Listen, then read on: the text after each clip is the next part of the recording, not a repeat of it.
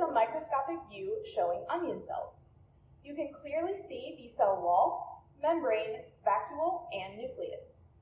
The vacuole in these plant cells is large, located at the center of the cell, and transparent in appearance. While animal cells also have vacuoles, they may appear different. Instead of being large, you may have multiple smaller vacuoles. This cell also has a cell membrane, which is thin and flexible and right inside the cell wall. The cell membrane is responsible for selective permeability in the cell. Basically, that means it controls what gets in and out of the cell. It's also made up of lipids and proteins, and found in both plant and animal cells. You may be looking at these cells and wondering why the nucleus appears differently depending on which cell you're looking at, and some cells appear to have no nucleus at all. This all depends on how the cells were sliced. So think about the cells like a jelly donut. A jelly donut is filled with jelly in the center. However, if you were to take a small slice at the very end of the donut, you might not see any jelly at all. However, slicing the donut right down the middle may make it appear to be completely full with jelly. So the same thing is essentially true with these cells.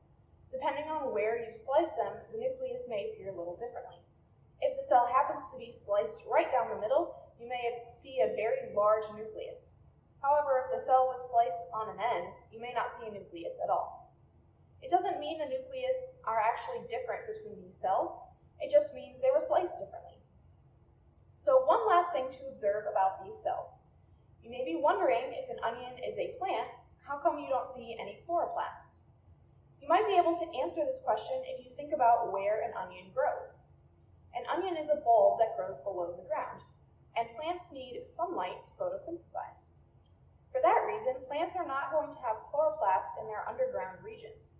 Instead, they're going to use them in the above-ground leafy portions of the plant so they can capture sunlight and turn it into energy.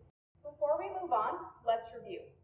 In these plant cells, we looked at the cell wall, cell membrane, nucleus, and vacuole.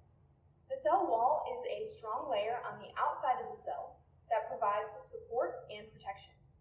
Just inside the cell wall, we have the cell membrane. This layer is much more thin and flexible, and it permits movement of materials in and out of the cell. The nucleus is going to control the activities of the cell and also contains genetic information. Lastly, the vacuole allows for storage of things like salts, water, proteins, and carbs. Remember, in plant cells, you typically have one large vacuole, whereas in animal cells, you may have many small vacuoles. So go ahead and draw these onion cells on your handout, and be sure to label the organelles that we've discussed. You can also go ahead